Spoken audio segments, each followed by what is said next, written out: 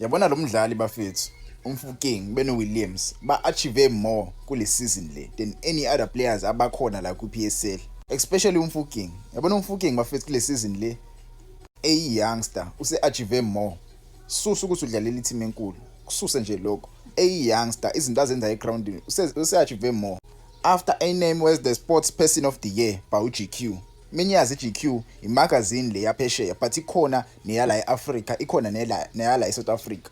And uGQ imagazine yethu kuthiwa nezangempela. Yabo meberecognize umfana, italente lamfana. Kuyakhombisa impela lokho ukuthi ahlahle umfana kulo nyaka lo wenza okukhulu kakhulu in the year of 2024. Umfukeng is one of the reason why Orlando Pirates yayiwina i-MTN 8. Yabo ukudlala kwakhe, uintroduce kwakhe kule match le yabedlala neStellenbosch FC kulo nyaka lo kwenza Orlando Pirates ishintshe igame. Yabo ikwazi ukuyiwina le match le. Assist yakhe ya-assistelo Mabasa, igoli lakhe alikora lesithathu was one of the best goals esawabona kwi-final. Yabo lo mdlalo kumele anikezwe imbali zakhe. Ngiyazi usesencane kakhulu and ithalente lakhe lisakude kakhulu njengoba efuna nje nayiBarcelona. Yabo zonke lezi zinto zenzeka kunyaka owodwa asize Orlando Pirates uthi uwine i-Nedbank Cup. Yabo ngalela goli lalikore assistelo Saling.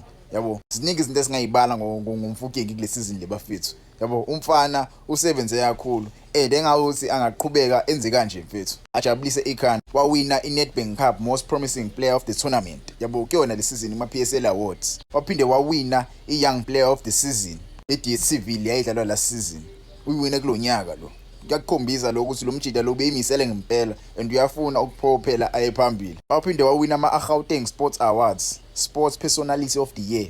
Yabo awina umfukeng usasana kuyiwina-ke yona le. I think it was last month or 2 months ago if I'm not mistaken. Ngangikhumbula lapho ama-comments but umfukeng bafethu mase simnikeze imbali zakhe naye mfethu uWilliams. Yabo I'm not shying away from uWilliams. Na uWilliams kule season le wenze eyibukwa kakhulu. Yabo kule season le 2023 and 2024 season wenze eyibukwa kakhulu.